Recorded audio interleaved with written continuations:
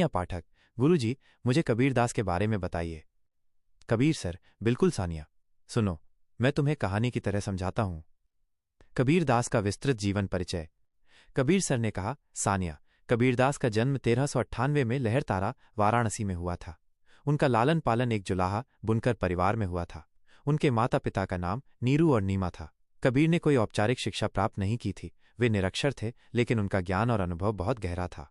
वे किताबी ज्ञान की बजाय जीवन के अनुभवों को अधिक महत्व देते थे। सानिया पाठक, गुरुजी, उनका जीवन कठिन था क्या? कबीर सर, हाँ सानिया, उनका जीवन बहुत साधारण था। वे जुलाहा का काम करते थे और अपने जीवन से ही समाज की समस्याओं और पाखंडों को समझा। यही अनुभव उनके लेखन में झलकता है। उन्होंने भक्ति आंदोलन में सक्रिय भूमिका निभाई और रामानंद को अपना गुरु माना। साहित्य परिचय। कबीर सर ने समझाया, कबीरदास भक्तिकाल की निर्गुण काव्यधारा के महान संत और कवि थे। उन्होंने अपने लेखन में भक्ति, समाज सुधार, मानवता, पाखंड का खंडन और ईश्वर की एकता पर जोर दिया। उनका मानना था कि ईश्वर एक है और वह हर प्राणी में निवास करता है। सानिया पाठक, गुरुजी, उनका मुख्य संदेश क्या था?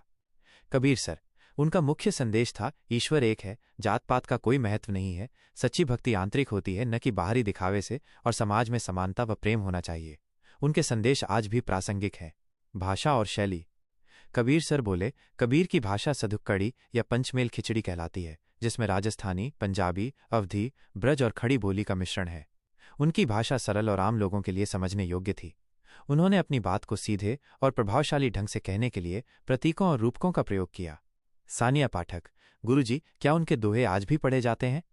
कबीर सर, हाँ, उनके दोहे और साखियां आज भी बहुत लोकप्रिय हैं। उनकी शैली में साधना, अनुभव और उपदेश का मेल है। उन्होंने साखी, सबद और रमैनी के माध्यम से अपनी गहरी और सार्थक बातें कहीं। उनकी शैली में सरलता, तीक्ष्णता और वास्तविकता दोनों थी। प्रमुख रचनाएं। कबीर सर ने बताया, कबीर की कोई भी रचना उन्होंने स्वयं नहीं लिखी, बल्कि उनके शिष्यों ने उनकी वाणी का संग्रह किया। उनके कुछ महत्वपूर्ण कार्य हैं। 1. बीजक, ये उनका सबसे प्रामाणिक और मुख्य संग्रह है, जिसे उनके शिष्य धर्मदास ने संकलित किया। इसके 3 भाग हैं, माइनस साखी, सबद और रमैनी। 2. साखी, दोहे, ये दोहे हैं जिनमें जीवन, धर्म और नैतिकता से संबंधित गहरे संदेश छिपे हैं। 3. सबद, पद्य, इनमें पद और भजन हैं, जिनमें भक्ति और आध्यात्मिक अनुभव की बातें हैं।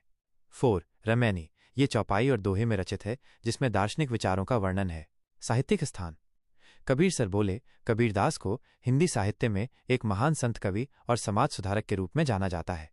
उन्होंने भक्ति आंदोलन को एक नई दिशा दी और समाज में व्याप्त कुरीतियों और पाखंडों का निर्भीक होकर विरोध किया।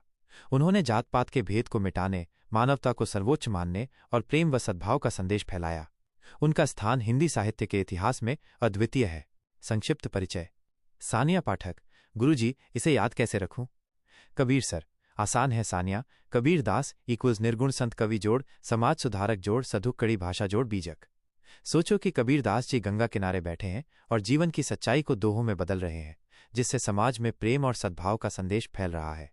और हाँ, कबीर सर की कहानियां बातों बातों में याद करवा देंगी। Just MS Degree College Gate, Madho Nagar, Saharanpur, Uttar Pradesh.